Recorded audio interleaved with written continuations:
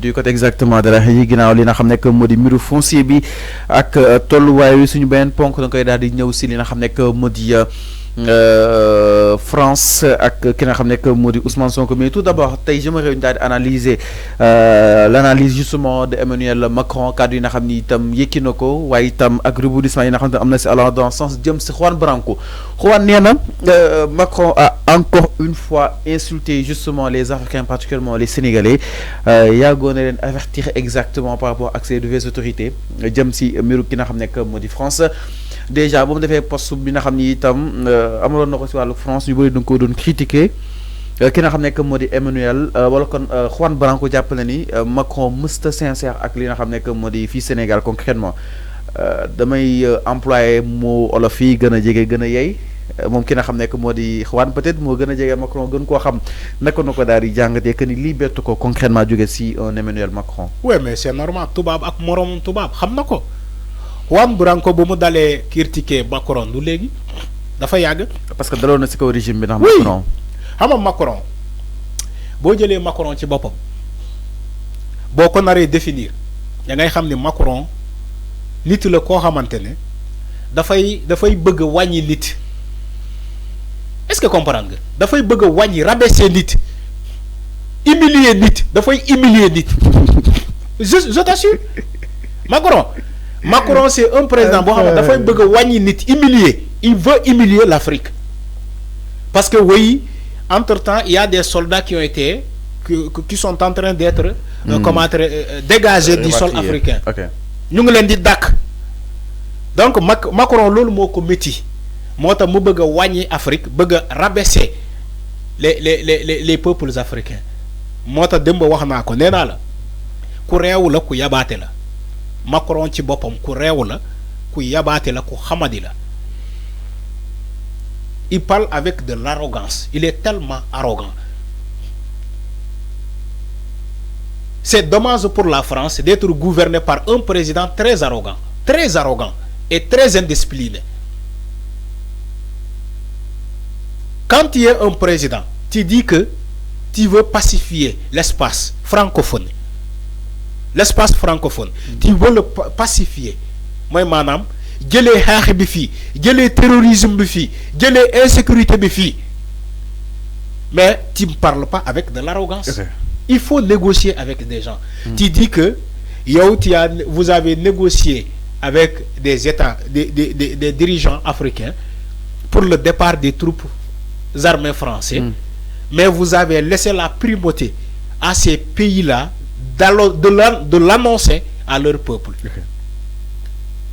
Vous avez laissé la primauté à ces dirigeants-là de l'annoncer en premier à leur peuple. C'est ce que Macron a dit. Mais malgré ça, ces pays-là ne disent pas merci à la France. C'est l'ingratitude.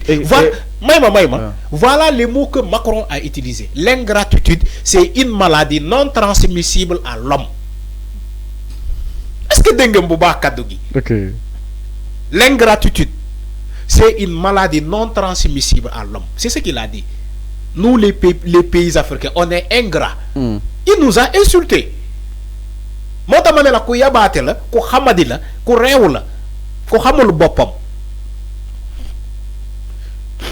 moo tax Ousmane Sonko ne ko yow xanaa fàtte xaju fi bu ñu constaté ñun Afrique bu nekkuloon les tirailleurs africains yoo xamante ne da ngeen leen yóbbu par force maltraité leen ba pare ngeen trahir leen ci le massacre de Thiaroye bu nekkuloon ñooñu France tey peut-être dina nekk France Allemagne Allemagne la ñuy tudd mais du ñu tudd France parce que France du am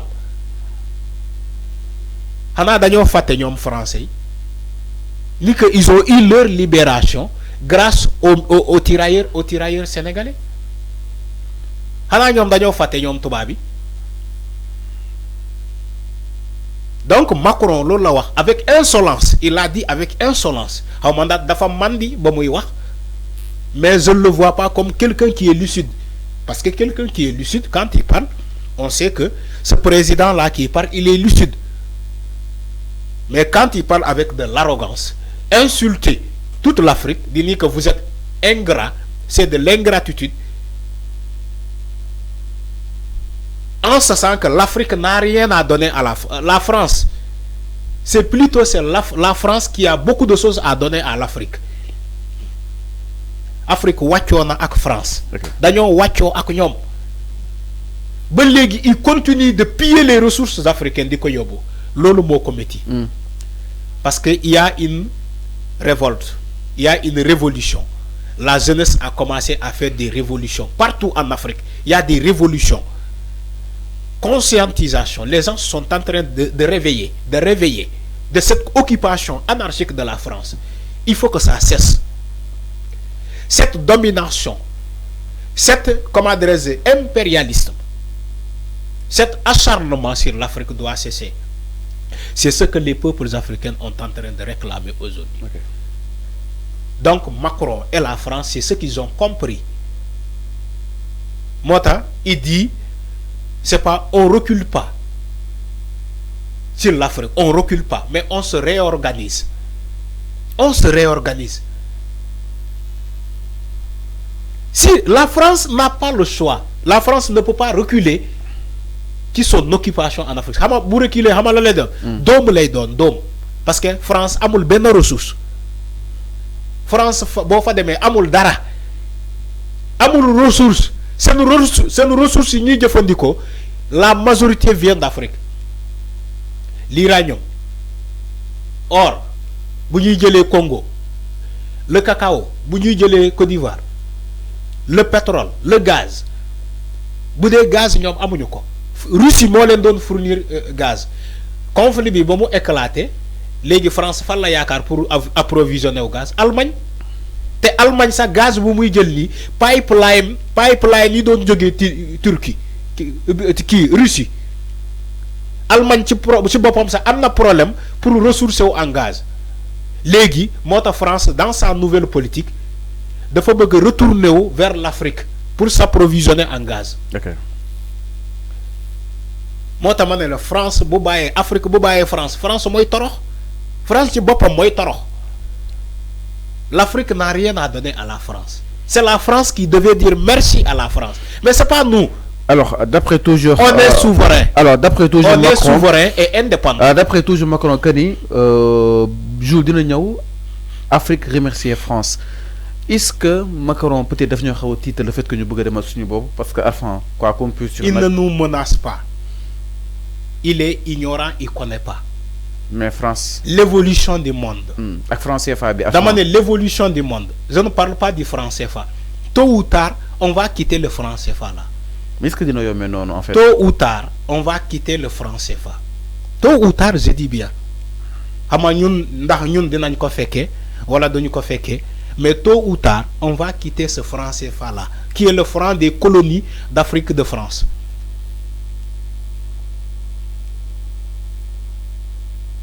Donc, on ne parle pas pour le franc CFA. On parle pour l'avenir, l'évolution du monde. La nouvelle ordre mondiale. On verra qu'est-ce qui va se passer. Inch'Allah.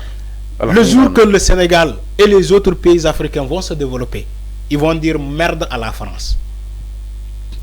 Ils vont dire merde à la France. C'est une femme. D'abord, les PMA. Parce que mon bataille mi japonais jour dina ñëw ci jour yi ñu retour ñu bayé France. Xama Sénégal ñu ngi koy bëgg ñu ngi koy waaj a génne ci les PMA. Les pays les moins avancés. Ñu ngi koy bëgg a génne ci les PMA. Ñu may ko 5 ans pour mu defar waat waajal sa sortie. Le Sénégal je crois et le Bangladesh et je ne sais pas des pays comme ça. Ñu ngi leen di waajal pour ñu génne leen ci les PMA. Ne leen waajal leen seen bopp d'ici 5 ans yi nii ñu mën leen génne ci les PMA les pays les moins avancés. Loolu mooy tànk kanam la amuñu tànk ginnaaw Sénégal amul tànk ginnaaw tànk kanam la ñuy am. Le jour que nous on sera développé, c'est la France qui va mourir. Les jours que les pays africains là vont se développer, la France va mourir. France xam na ko. C'est la vérité crue que les Français ne disent pas aux Français. Ils sont dans le dip, dans la tromperie. Ils sont dans le mensonge. Macron, il est dans le mensonge. L'Afrique souveraine ne veut pas des bases militaires en Afrique. L'Afrique souveraine là. Parce que ces bases militaires-là ont détruit beaucoup de choses en Afrique. La Libye. Le cas de la Libye. Ousmane Sonko l'a dit. Le cas de la Libye. Ñan ñoo ray Kadhafi. Ñan ñoo déstabiliser Libye. Ba Libye nekk ni tey nekk ci instabilité. Ñan ñoo ko def. Loxo France mu ngi ci. Il faut aller demander Nicolas Sarkozy. Il faut demander Nicolas Sarkozy pourquoi Kadhafi a été tué par les Américains. Pourquoi Kadhafi là la def à part la solidarité africaine. Les États-Unis d'Afrique bu me déclarer officiellement ni que moom dina ko financer créer un satellite pour toute l'Afrique. C'est que ce que Kadhafi a dit. Changer la monnaie, créer une monnaie commune pour Afrique. Voilà les propos de Kadhafi. Ñu ray ko. Té ñom français bokk nañ ci. Nicolas Sarkozy. Donc moi là, Macron, il est dans le mensonge. Mensonge étatique. Mais ça ne passera pas. Ça ne va pas passer.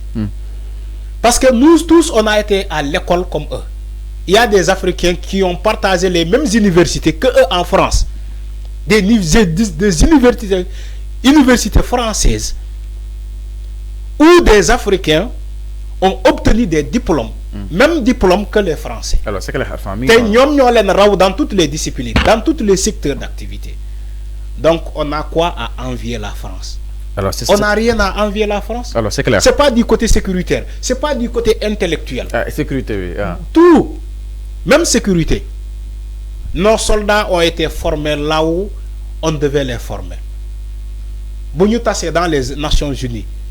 Mais soldats africains, ils sont pas d'inquiétude sur côté bobu noonu merci ñu daal di ñëw itam si leneen ginnaaw li nga xam ne que moo di mbiru Emmanuel Macron avec la sortie aussi bu ki nga xam ne que moo di